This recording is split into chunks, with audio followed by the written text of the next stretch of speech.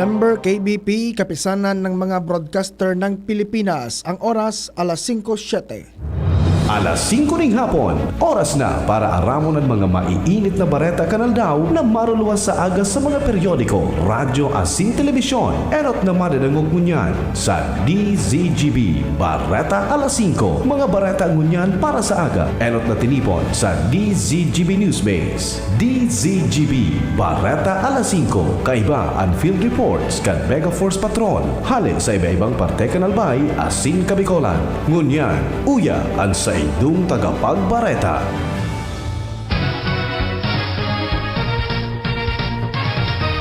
Maray na hapon mga tugang, kami ang sa indong makakaibahan sa pagbabareta. Ako po si Nicole Ann Gloriani. Ako man po si Joshua Bino.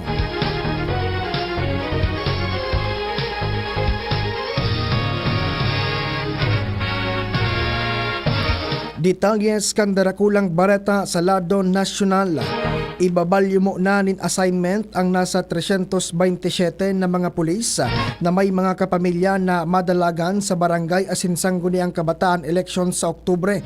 Sigun kay Philippine National Police o PNP spokesperson, Police Colonel Jean Fajardo, obheto kay ni na maibiteran na maka-impluwensya sa resulta kan eleksyon. Nagkondukta sindanin survey sa PNP asin digdi nagluwas ang pangaran kan 327 na mga pulis. Sakop kan unit reassignment and 4th degree consanguinity o sagkod sa pinsa na buo kan mga pulis. Enot nang sinabi ni PNP Chief Police General Benjamin Acorda Jr. na dapat day maembolto sa partisan politics ang mga tauhan kan PNP.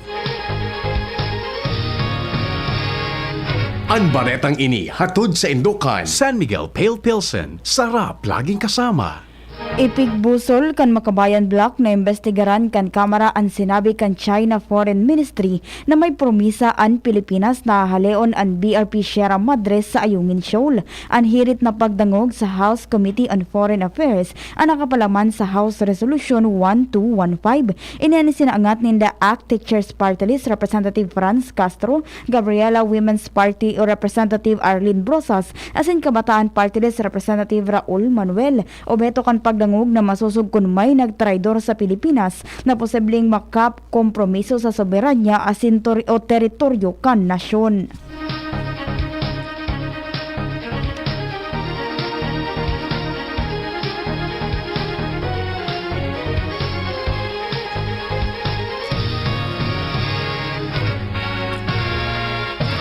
Mas pinakusog na kampanya kontra sa ilegal na droga ang ikinasar kan Philippine Ports Authority o PPA, partikular sa mga pantalan kung saan mahigot na ipigpapotob ang seguridad para dai makalusot ang mga magbabalo na magpuslit nin ilegal na droga. Sigun kay PPA General Manager J. Santiago, padagos ang pagpakusog kan ahensya sa kabilugan na paghiro kan gobyerno kontra sa paglakop kan droga. Nakikipagkoordinar naman ang PPA sa Philippine Drug Enforcement Agency o PDEA para makasuhan ang mga individual na manudakop. Siniguro man kan PPA na regular na makondukta nin surprise drug testing sa mga empleyado kaini para mamantinir ang drug-free sa lado ninda.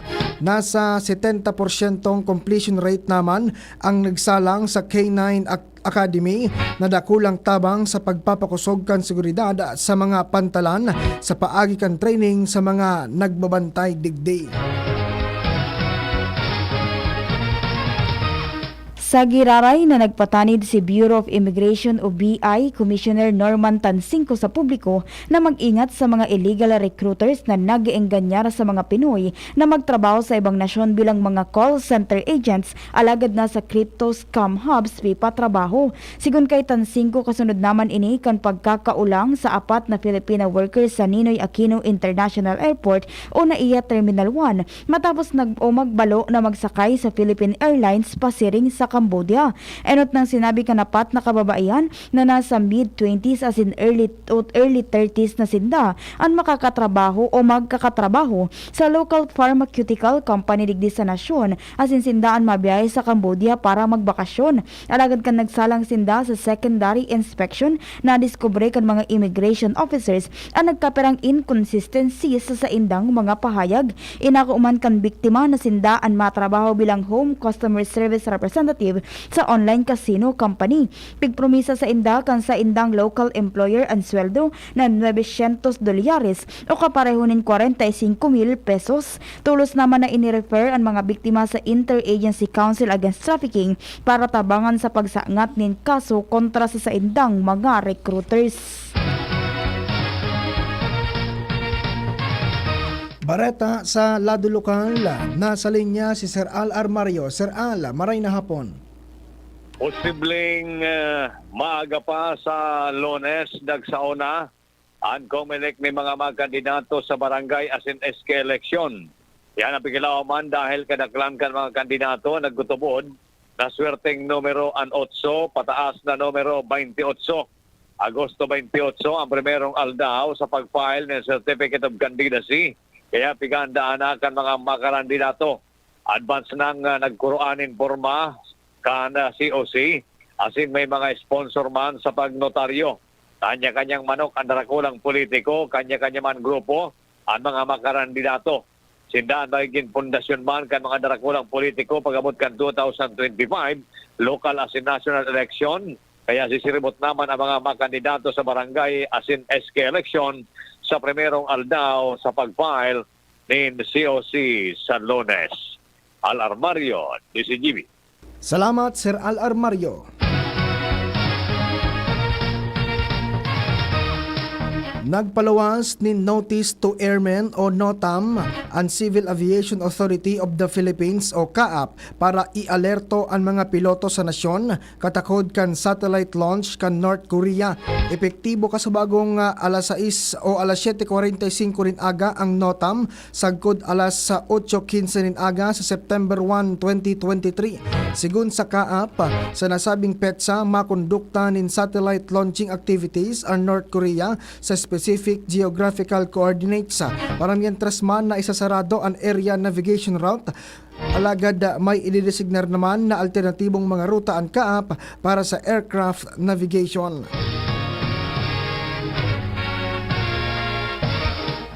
Nagpahayag nin pagduda si Senator Francis Tolentino sa mga pahayag kan preso na nagdulag sa New Bilibid Prison o NBP. Alagad na aresto man giraray sa probinsya kan Rizal matapos ang manhunt. Sigun kay Tolentino nadai siya nagtutubod sa mga testimonya ni Michael Cataroha dahil kan enot sinabi kay ni nakadulag siya sa maximum security compound matapos kopyahon ang security stamp para sa mga bisita sa NBP.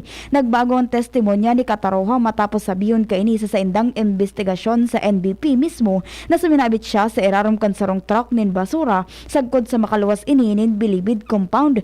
Duda kan senador na may kasabwat na opisyal kan NBP sa pagpugas si Cataroha.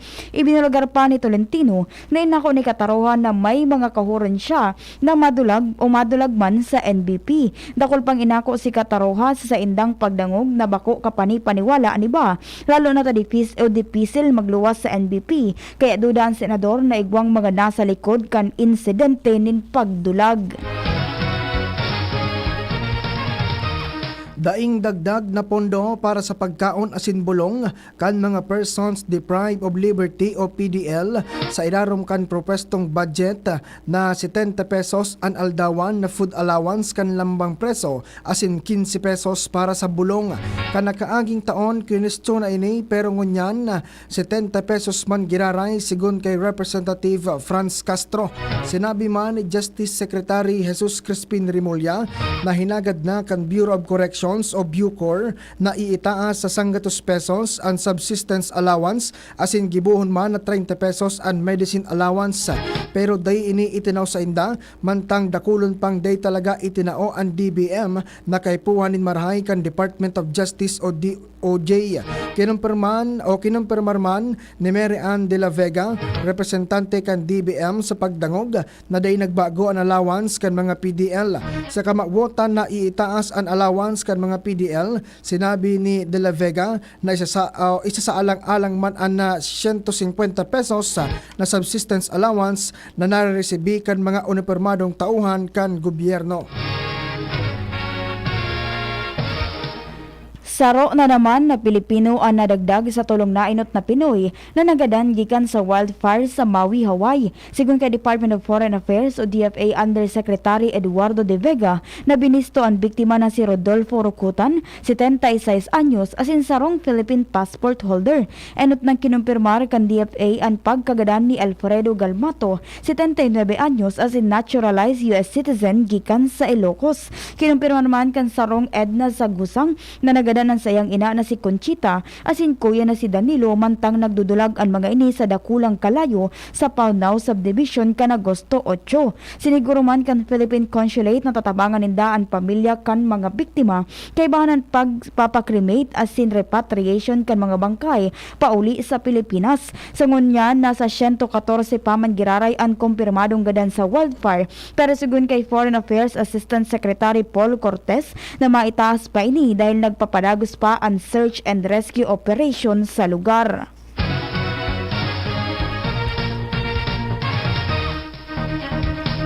Dagdag na bareta sa lado lokal, nasa linya man Ange Galero. Ange, maray na hapon. All set na ang gabos para sa gigibong ikaapat na Baby Mama and Family Fair na sister station kag PCGBAM na 97.1 OKFM Legazpi.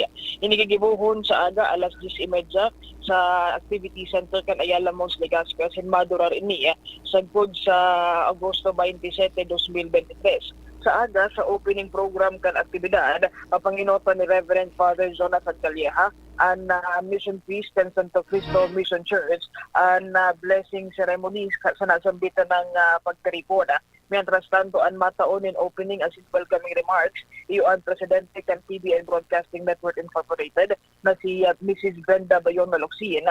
Mientras na nakatalaan na magpasiring o kaya maging presente sa pagkaripon na bilang sa mga mataram, si DOH Bicol Regional Director Dr. Ernie Vera, asin man si Legazpi City Mayor Alcalde Carmen Geraldine Rosala. Mataumanin mensahe sa nasambitan ng pagtiripon ang project head kan Baby Mama and Family Fair na si DJ Toyang. Mientras na ang mga closing remarks iyo ang station manager kan OKFM Sugar Azúcar. Ang aktibidad na ini nakasentro sa pagtaon ng kaaraman sa mga pamilya, mga ina di sa syudad kan Legazpi kasi di ba pang parte kan Albay kung paano makaupod na talagang matutukan ang sa intang mga kasian, lalo pa ngunyan na nahampag kita sa manlain-lain na klase ni katibadan. Adagdag na bareta, Ange Galero, PCGB. Salamat, Ange Galero. Padagos kita mga tugang sa detalyes kan bareta sa lado nasyonal, makondukta nin public hearings asin konsultasyon an manlain-lain na Regional Wage Board sa nasyon. Ini para sa ipigbubusol na dugang na sweldo kan mga obrero. Sa abiso kan Cagayan Valley Wage Board, an sa indang pagdangog gigibuhon sa Cagayan State University Andros Campus duman sa Tugigaraw City ngonya na aldaw.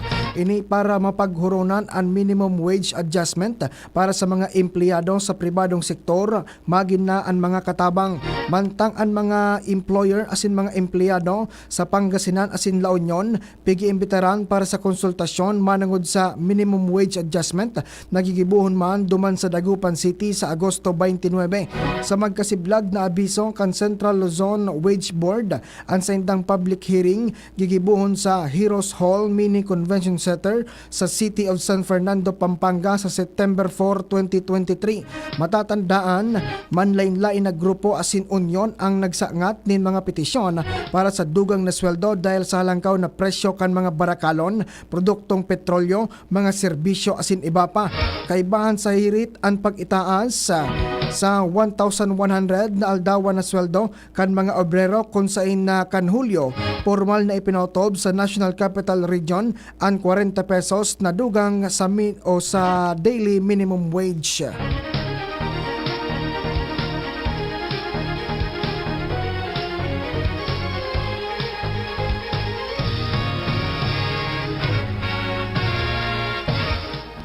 Pinuunan na kan Korte Suprema ang pagpautob kan bagong Code of Professional Responsibility and Accountability o CPRA na naging epektibo kan Mayo 29. Katakod din sa padusang disbarment o kan Korte Suprema kontra sa sarong abogado na nanloko nin kliyente matapos na pikeon kini ang sarong orden kan Korte. Sa 11 pahinang per curiam decision kan Supreme Court and Bank, tinangkas na bilang abogado si Attorney Ariel D. Maglalang. Nag-ugatan padusa kay Maglalang dahil sa gibugibong court order sa civil case kan Agosto 2, 2006 kung saan ipinaluwas kan abogado na gadanaan mister kan sa iyang kliyente. Sa investigasyon kan Supreme Court petition for nullity of marriage ang pipa sa angat kan kliyente ni Maglalang asin bako ang petition for presumptive death. Ipinaluwas man ni Maglalang na ang petisyon kan sa iyang kliyente ang dinangog asin pinabura ni Judge Ray Alan Drilon kan Regional Trial Court Branch 41 Bacolod City. Kan 2008 makalihis kan maaraman ni Judge Drilon asin Clerk of Court Attorney Corazon Romero ang nasabing forged order kaya hinagad niya ang tabang kan National Bureau of Investigation o NBI na nagresulta sa pagsaangat nin kasong administratibo kontra kay Maglalang.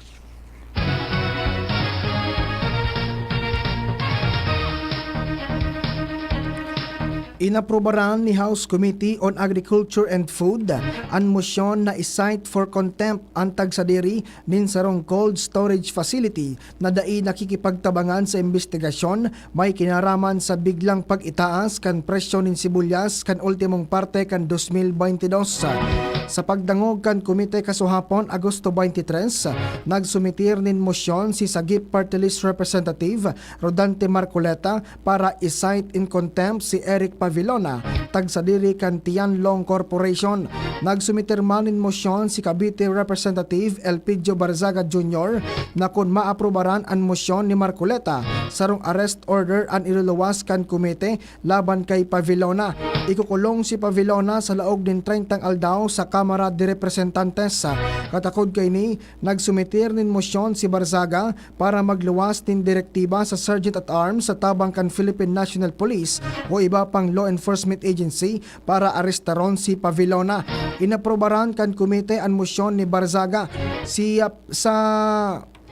Pavilona, iyon tagsadiri kan cold storage firm na Tianlong Corporation kung saan na-discovering shareholder ini kan Phil Vieva, ang organisasyon na minukna kan binansaga na sibuyas queen na si Lilia Cruz.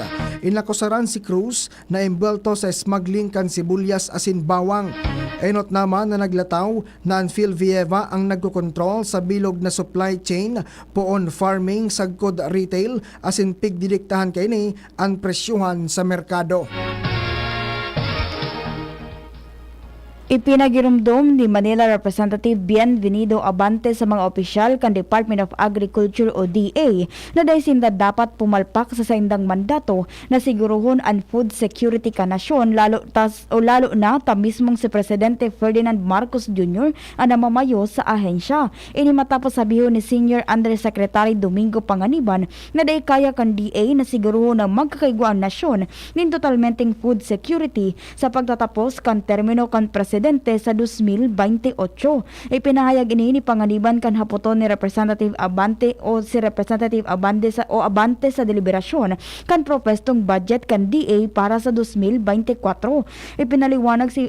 Ipinaliwanag ni Panganiban na igwang mga bagay na dapat na ikonsiderar asin pinag-ulambitan kaini ang irrigation system sa nasyon, siring man ang mga agricultural lands na ginibo ng subdivision.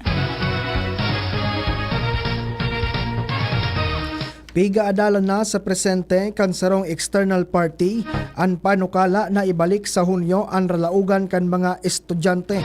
Sigun kay DepEd Assistant Secretary Francis Cesar Bringas, gusto nindang maaraman ang mga merito asin negatibong epekto kan panukala lalo na taan pag-aadal kan mga hobenes ang maaapektaran kay ni. Paliwanag kan opisyal, dakul sindang pigkonsiderar sa opsyon sa nasabi ng panukala. Enot na kay ni ang posibleng luway-luway na pagbabalik sa dating school calendar. Sigun kay Bringas, kung gigibuhon ini, siguradong aaboton ni napat sagkod 5 taon bago ini tuluyang mabalik.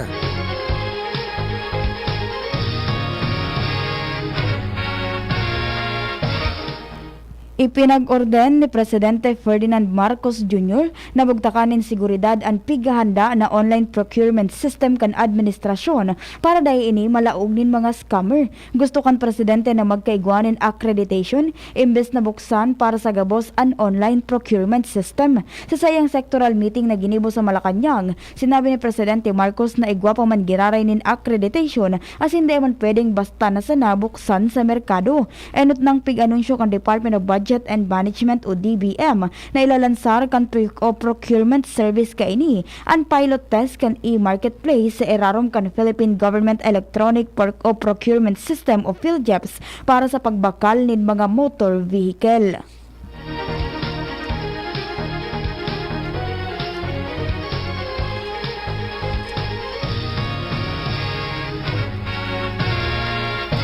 Iyan mga tugang ang detalyes kan darakulang bareta ngunyan para sa aga. Mga baretang maluluwa sa mga dyaryo nasyonal. Alagad enot na nindong nadangog sa radyo DZGB ini ang bareta alas 5. Sa lado technical si Nems Flora, sa IT si Trescia Marilitana. Sa ngaran kan mga nagsurat kan mga bareta, yaon dyan si Angel Mustaza, Jenny Matthew Balyeran, sa erarom kan supervision ni News Director Mar de la Cruz. Kami ang sendong nakaibahan sa pagbabareta. Ako po si Nicole Ann Gloriani. Ako man po si Joshua Bino. Salamat kan sa indong pag-antabay. Ang Jim's Coffee may bago pre, may twin pack ng kanilang kape. Masarap inumin, may variant pa